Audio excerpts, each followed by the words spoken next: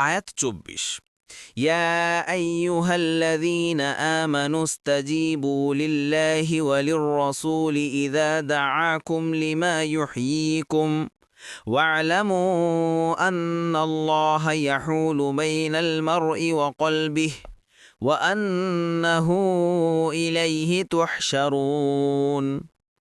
অনুবাদ: হে ঈমানদারগণ, রাসূল যখন তোমাদেরকে এমন কিছুর দিকে ডাকে যা তোমাদেরকে প্রাণবন্ত করে, তখন তোমরা আল্লাহ ও তার রাসূলের ডাকে সাড়া দেবে এবং জেনে রাখো, নিশ্চয় আল্লাহ মানুষ ও তার হৃদয়ের মাঝে অন্তরায় হন এক, আর নিশ্চয়ই তারই দিকে তোমাদেরকে একত্রিত করা হবে। তাফসির ১ নং ফুটনোটের বিবরণ। অর্থাৎ আল্লাহ তাআলা মানুষ ও তার হৃদয়ের মাঝে অন্তরায় হয়ে থাকেন। এই বাক্যটির বিভিন্ন অর্থ হতে পারে। একটি অর্থ হতে পারে যে যখনই কোনো সৎ কাজ করার কিংবা পাপ থেকে বিরত থাকার সুযোগ আসে, তখন সঙ্গে সঙ্গে তা করে ফেলো। এতটুকু বিলম্ব করো না এবং অবকাশকে গনিমত জ্ঞান করো। কারণ যে কোনো সময় মানুষের রোগশোক, মৃত্যু কিংবা এমন কোনো কাজ উপস্থিত হয়ে যেতে পারে যাতে এই কাজ করার আর অবকাশ থাকে না।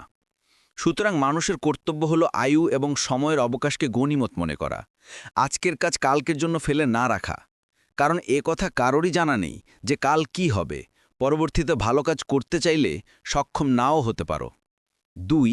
এ বাক্যের দ্বিতীয় মর্ম এও হতে পারে যে এতে আল্লাহ তাআলা যে বান্দার অতি সন্নিকটে তাই বলে দেয়া হয়েছে। প্রতিটি মানুষ আল্লাহর নিয়ন্ত্রণে রয়েছে। যখনই কোনো বান্দাকে অকল্যাণ থেকে রক্ষা করতে চান, তখনই তিনি তার অন্তর ও পাপের মাঝে অন্তরায় সৃষ্টি করে দেন। আবার যখন কারো ভাগ্যে অমঙ্গল থাকে, তখন তার অন্তর ও সৎকর্মের মাঝে অন্তরায় সৃষ্টি করে দেয়া হয়।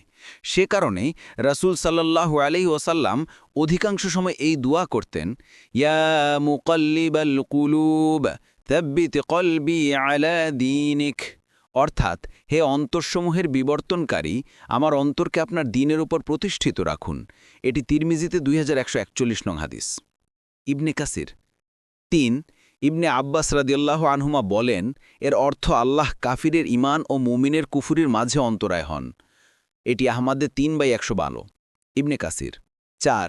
কেউ কেউ বলেন, আয়াতটি যেহেতু বদর যুদ্ধের সাথে সংশ্লিষ্ট, সেহেতু তার অর্থ হবে, জেনে রাখো, আল্লাহ তার নেক বান্দাদের ভয়কে নিরাপত্তায় রূপান্তরিত করে দেবেন, আর কাফিরদের প্রশান্ত অন্তরে অশান্তি ও ভয়ে পরিবর্তন করে দেবেন।